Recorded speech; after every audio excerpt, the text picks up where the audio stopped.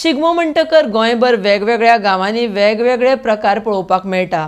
हाचोच एक भाग म्हळ्यार होण्या सत्तरीत जावपी करवल्यो देवळांतल्यान भायर सरल्या उपरांत गांवांत घराघरांनी तांची ओटी भरून पुजा करतात।